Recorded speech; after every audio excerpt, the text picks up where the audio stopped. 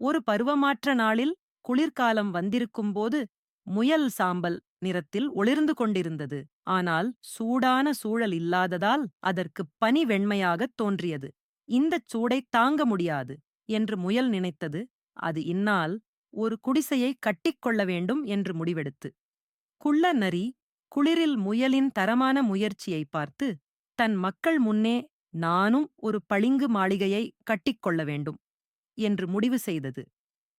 நிச்சயம் மரப்பலகைகள் வாங்குவது பயனின்றி நான் பனிக்கட்டிகளை வைத்து படைக்கப் போகிறேன் என்று அது தனது தனித்துவ போதையை மேலும் மேலோங்கச் செய்தது.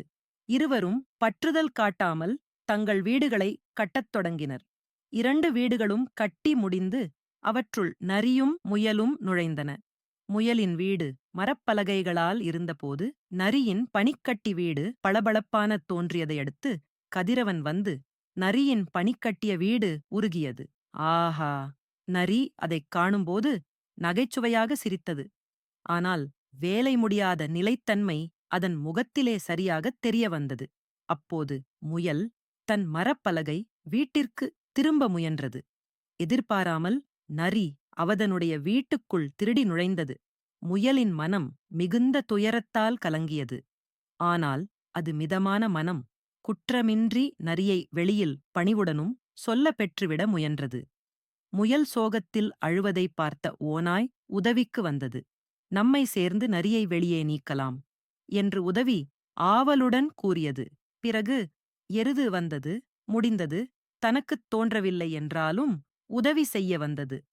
அடுத்து கரடி வந்தது. முடிவாக சிவப்புக் கொண்டைச் சேவல் வந்தது. எண்ணிச் சிரித்துப் பாடினாள். செந்நிறக் கொண்டையன் தலையுயர்த்தி வருகிறான். வீடு திறந்து முயலும் உணர்ச்சி நன்கு நிறைந்த மனத்துடன் தன் வீட்டையும் பாதுகாத்து நல்லதை செய்யும் மனம் கொண்டவன் என்று நாம் சிந்திக்கலாம். சிறுவர் கதைகளின் அழகான வழிகாட்டல் இது. உழைப்பு, பயமின்றி வருமானம், மற்றவர்களைப் புரிந்து நல்லது செய்வதன் மகிமையை வலியுறுத்துகிறது.